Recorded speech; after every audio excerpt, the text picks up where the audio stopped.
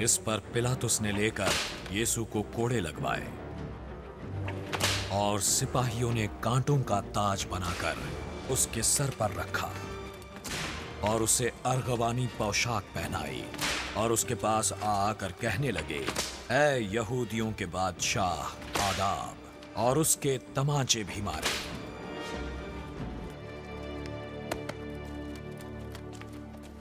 पिलातुस ने फिर बाहर जाकर लोगों से कहा,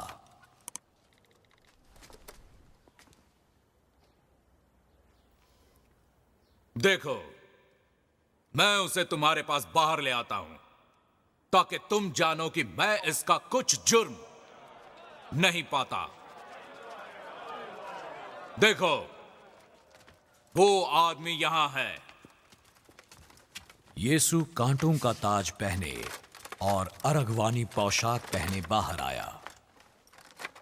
इसे सलीब दो। इसे सलीब दो।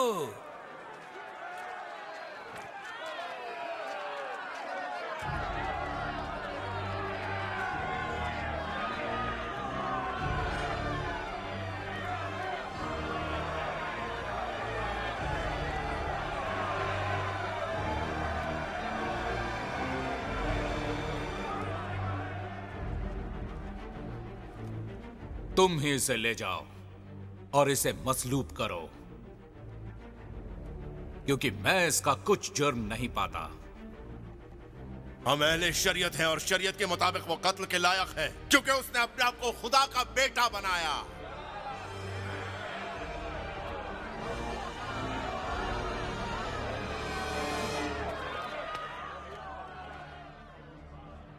जब पिलातुस ने यह बात सुनी तो और भी डरा।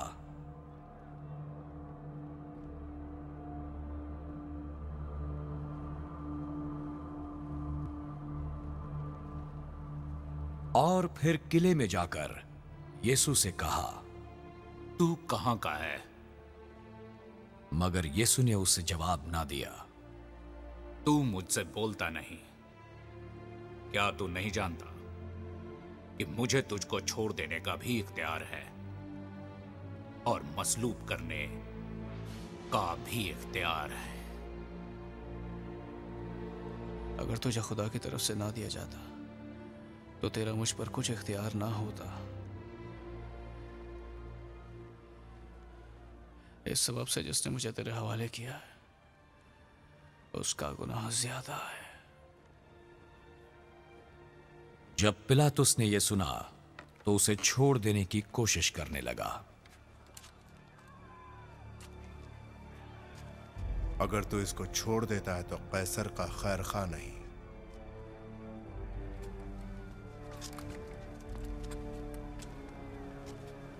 जो अपने आप को बादशाह बताता है वो कैसर का मुखालिफ है।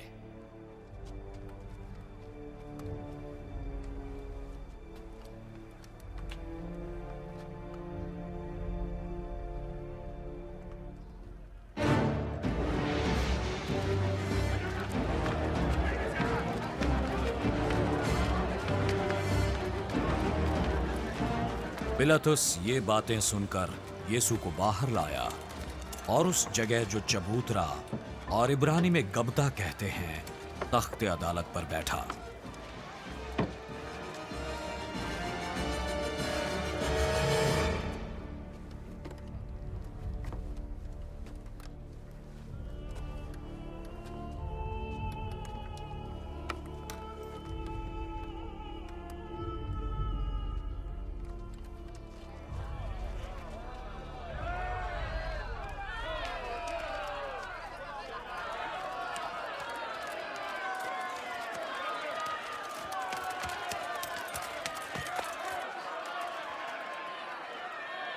ये फसह की तैयारी का दिन और छठे घंटे के करीब था।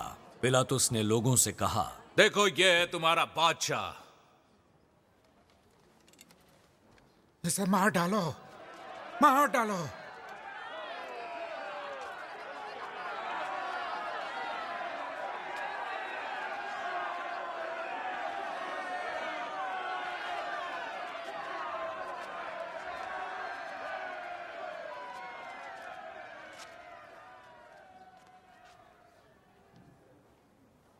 क्या मैं तुम्हारे बादशाह को मसलूब करूं?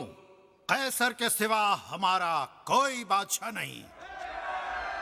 इस पर पिलातुस ने यीशु को उनके हवाले किया कि मसलूब किया जाए।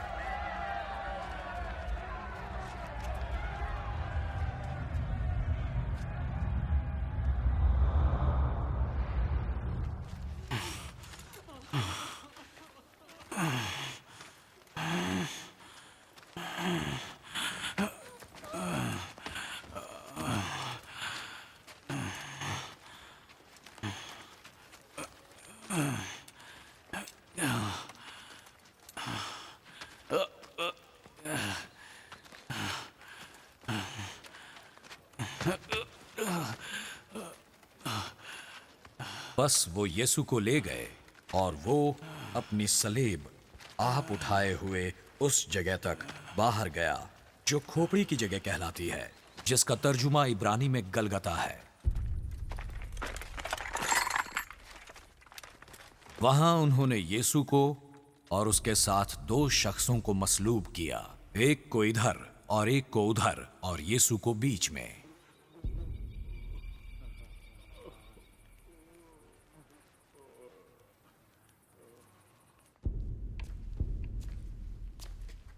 पिलातुस ने एक कतबा लिखकर सलीब पर लगा दिया।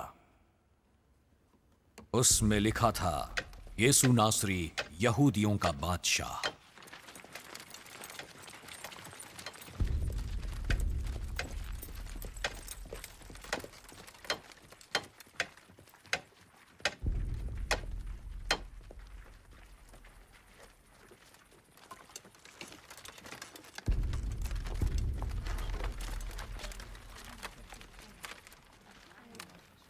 इस कतबे को बहुत से यहूदियों ने पढ़ा, इसलिए कि वो मकाम जहां यीशु मसलूब हुआ था शहर के नजदीक था और वो इब्रानी, लातिनी और यूनानी में लिखा हुआ था। बस यहूदियों के सरदार काहिनों ने पिलातुस से कहा कि यहूदियों का बादशाह ना लिख, बल्कि ये कि इस आदमी ने कहा, मैं यहूदियों का बादशाह हूं। मैंने जो लिख दिया वो लिख दिया।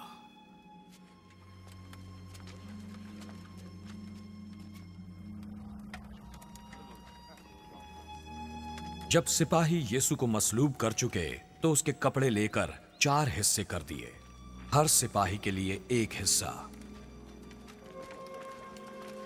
और उसका कुर्ता भी लिया।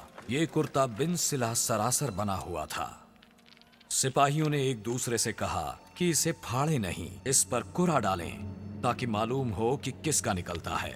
यह इसलिए हुआ कि वो नविश्ता पूरा हो जो कहता है कि उन्होंने मेरे कपड़े बांट लिए और मेरी पोशाक पर कुरा डाला। चुनांचे सिपाहियों ने ऐसा ही किया। यीशु की सलीब के पास यीशु की मां मरियम और उसकी मां की बहन मरियम, कुलपास की बीवी, और मरियम मगदलेनी खड़ी थी। यीशु ने अपनी मां को देखा और वो शागिर्द जिससे वो मोहब्बत करता था वहां खड़ा था। ये तेरा बेटा है। फिर उसने शागिर्द से कहा, तेरी मां ये है। उसी वक्त से वो शागिर्द उसे अपने घर ले गया। उसके बाद यीशु ने जान लिया कि अब सब बातें पूरी हुई ताकि नविश्ता पूरा हो, तो उसने कहा,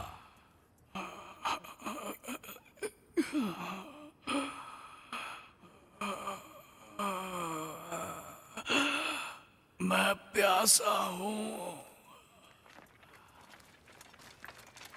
वहां सिरके से भरा हुआ एक बर्तन रखा था। बस उन्होंने सिरके में भिगोए हुए स्पंज को जूफे की शाख पर रखकर उसके मुंह से लगाया।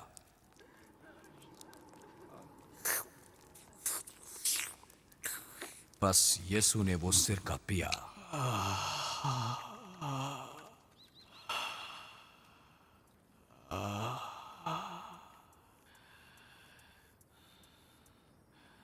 तमाम हुआ। फिर उसने अपना सिर झुकाकर अपनी जान दे दी।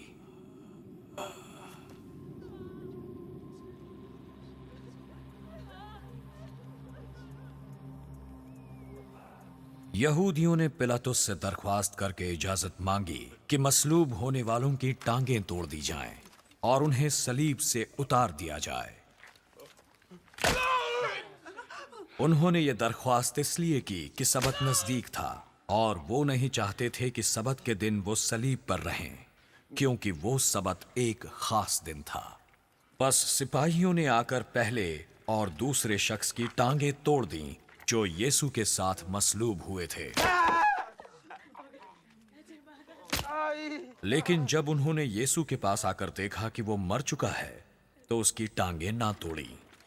उनमें से एक सिपाही ने भाले से उसकी पसली छेदी।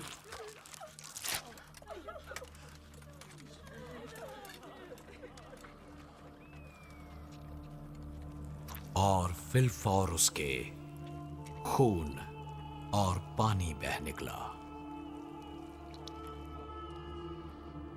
जिसने ये देखा है उसी ने ये गवाही दी है और उसकी गवाही सच्ची है,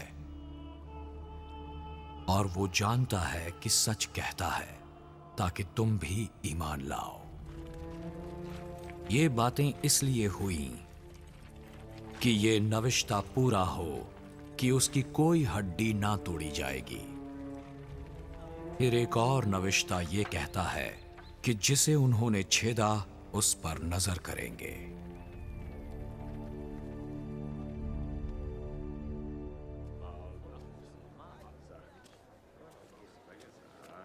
इन बातों के बाद अरमतिया के रहने वाले यूसुफ ने, जो यीशु का शागिर्द था लेकिन खुफिया तौर से, क्योंकि वो यहूदियों से डरता था, पिलातुस से इजाजत मांगी कि यीशु की लाश ले जाए। पिलातुस ने उसे ऐसा करने की इजाजत दे दी।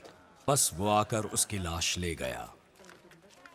निकोदेमुस, जो पहले यीशु के पास रात को गया था, वो भी यूसुफ के साथ गया और 50 सेर के करीब मुर और ऊंद मिला हुआ लाया।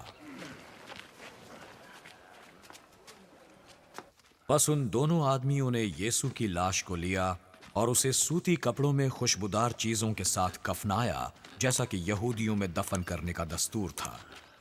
जिस जगह यीशु मसलूब हुआ था वहां एक बाग था, और उस बाग में एक नई कब्र थी जिसमें कभी कोई दफन नहीं हुआ था। बस उन्होंने सबत के नजदीक होने के बायस यीशु को वहीं रख दिया, क्योंकि ये कब्र नजदीक थी।